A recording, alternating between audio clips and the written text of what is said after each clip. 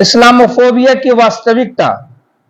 Islamophobia अर्थात इस्लाम तथा मुसलमानों के विरुद्ध नकारात्मक सोच पैदा करना आज विश्व स्तर पर एक अभियान का रूप ले चुका है। इस्लामोफोबिया वास्तव में इस्लाम तथा मुसलमानों के प्रति फर्जी डर पैदा करना है। इस डर के द्वारा नफरत, दुश्मनी, दुर्भावना तथा नस्लवादी भेदभाव को बढ़ावा देकर मुसलमानों की छवि बिगाड़ने का उद्देश्य है और यह सिद्ध करने का प्रयास है कि यह लोग समाज के लिए हानिकारक है। जब यह सोच समाज में फैलने लगती है तो मुसलमानों तथा उनका संपूर्ण कल्चर हमले की चपेट में आ जाते हैं। तर्क, विवेक एवं वास्तविकता कहीं गुम हो जाती है तथा केवल भावनाओं के सहारे समाज में भय का वातावरण पैदा कर दिया जाता है। पिछले कुछ वर्षों से इसमें वृद्धि देखने को मिली है। इसके पीछे पश्चिमी देशों के सदियों पुराने पूर्वाग्रह भी हैं और कुछ नई जरूरतें एवं उद्देश्य भी हैं, ताकि इस्लाम की अच्छी छवि लोगों की दृष्टि में से ओझल रहे तथा मुसलमानों को भय के इस वातावरण में दबाव में रखकर वे अपने आर्थिक एवं राजनीतिक एजेंडे को लागू कर सकें। यद्यपि अभियान को अभी उतनी सफलता नहीं मिली जितना उसके प्रायोजक चाहते हैं, बल्कि इसके विपरीत इस्लाम को जानने की जिज्ञासा और स्वीकृति बढ़ी है। पश्चिम में इस नकारात्मक प्रचार से इस्लाम चर्चा का विषय बना और गैर मुस्लिम बुद्धिजीवियों ने इस्लामोफोबिया एवं नस्लवाद के विरुद्ध आवाज उठाई तथा मुसलमानों के साथ एकजुटता का प्रदर्शन किया। कनाडा एवं न्यूजीलैंड इसका उदाहरण है।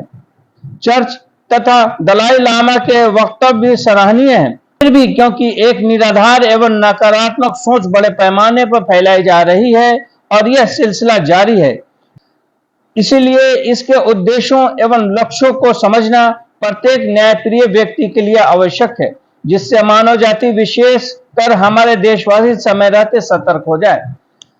1500 वर्ष पूर्व हजरत मोहम्मद सल्लल्लाहु अलैहि वसल्लम के द्वारा जिस सामाजिक क्रांति की स्थापना हुई, उससे आम लोगों ने सुख, शांति, बराबरी, न्याय तथा हमदर्दी की ठंडी छांव को महसूस किया। परंतु घमंडी तानाशाहों तथा पूर्वाग्रहों से पीड़ित संकीर्ण मानसिकता रखने वालों ने इस्लाम का विरोध किया और दुश्मनी पर उतर आए, यहाँ तक कि जंग पर भी आमादा रहे। इधर गत शताब्दी में जो इज्म, कम्युनिज्म तथा कैपिटलिज्म का विश्व स्तर पर उदय हुआ, सोवियत यूनियन के बिखराव के पश्चात कम्युनिज्म का जादू समाप्त हो गया तथा पूंजीवादी प्रणाली के स्वाभाविक दोषों के चलते सामाजिक समस्याएं, आर्थिक संकट तथा राजनीतिक अस्थिरता आदि के कारण यह प्रणाली भी अपना प्रभाव खोने लगी और एक वैचारिक शून्यता सी प्रतीत होने लगी। यही वह समय था जब इस्लाम एक प्रणाली या व्यवस्था, सिस्टम और ऑर्डर की हैसियत से सामने आया तथा उच्च स्तरीय अकादमिक शोध के द्वारा विश्व की आर्थिक एवं सामाजिक समस्याओं के समाधान में प्रभावी वैकल्पिक व्यवस्था के रूप में प्रस्तुत किए जाने लगा, जिसकी अनेक गैर मुस्लिम प्रतिष्ठानों, विद्वानों एवं बुद्धिजीवियों ने सराहना की और मुस्लिम विद्वानों द्वारा प्रस्तुत तत्वों का समर्थन एवं अनुमोदन किया। परंतु यही चीज कुछ लोगों को अच्छी नहीं लगी और उन्होंने इस्लाम के योगदान को स्वीकार करने के बजाय उसे अपने कल्चर के लिए खतरा समझा। यहीं से इस्लामोफोबिया या इस्लाम के प्रति डर फैलाने और मानव विरोधी दर्शाने की शुरुआत हुई।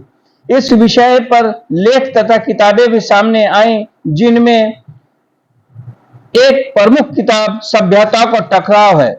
लेखक ने निष्कर्ष निकाला कि भविष्य में विश्व की 9 सभ्यताओं में से 8 सभ्यताएं एक खेमे में होंगी, जिसका मुकाबला इस्लामी सभ्यता से होगा। अर्थात पश्चिम ने यह डर उत्पन्न किया कि अब टकराव इस्लाम और मुसलमानों से है और उनकी सभ्यता को अब अगर कोई चुनौती दे सकता है तो वह इस्लाम है। यह है इस्लामोफोबिया की पृष्ठभूमि। स्पष्ट है कि इस्लामोफोबिया इस्लाम तथा मुसलमानों के विरुद्ध भय, घृणा एवं पूर्वाग्रह की सोच पैदा करना है। प्रचार, प्रसार एवं प्रोपेगेंडा के द्वारा कुछ झूठे एवं निराधार आरोप इस्लाम तथा मुसलमानों से जोड़ दिए गए हैं, जैसे हिंसा, कट्टरता, मुख्यधारा से अलगाव, अपने धर्म के प्रति अति संवेदनशीलता तथा आतंकवाद का समर्थन आदि। मीडिया द्वारा इस्लामोफोबिया को खूब उछाला गया। अमेरिका की 9/11 की घटना के बाद इसमें और वृद्धि हुई। विश्व स्तर पर इस्लाम विरोधी लॉबी सक्रिय है, जिसने इस्लाम के प्रति भय पैदा करने में कोई कसर नहीं उठा रखी। कुछ सीधे साधे लोग इस्लाम और मुसलमानों के बारे में जानकारी के अभाव में प्रोपगंडे तथा भ्रांति का शिकार होकर भयभीत हो जाते हैं तथा वास्तविकता तक पहुंचने का प्रयास नहीं करते। इस प्रकार इस्लाम तथा मुसलमानों की अत्यंत डरावनी तस्वीर प्रस्तुत की गई और मुसलमान नफरत, तिरस्कार और भेदभाव का शिकार हुए।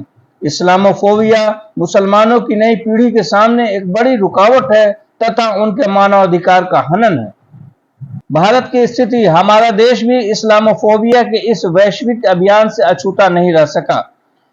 यहां भी इस्लाम और मुसलमानों के प्रति नकारात्मक सोच का प्रचार किया गया और घृणा, भय, दुश्मनी तथा पूर्वाग्रह को बढ़ा दिया गया। यहां डर का यह वातावरण मुसलमानों के प्रति ही अधिक है, जबकि इस्लाम, कुरान और हजरत मोहम्मद सल्लल्लाहु अलैहि वसल्लम के प्रति अधिकांश गैर मुस्लिम भाई श्रद्धा भाव रखते हैं। मुसलमानों से नाराजगी के पीछे कुछ ऐतिहासिक तथा राजनीतिक कारण है। 800 साल के मुस्लिम शासनकाल की कुछ कमियां भी रही होंगी। अंग्रेजों ने अपने शासनकाल में उन्हें उजागर करने के साथ असंख्यक झूठी मनगढ़ंत घटनाएं भी इतिहास का हिस्सा बनाकर प्रस्तुत कर दी, ताकि दो बड़े समुदाय आपस में लड़ते रहें तथा वे हुकूमत करते रहे। स्वतंत्रता आंदोलन में दोनों समुदाय बराबर से संघर्ष करते रहे।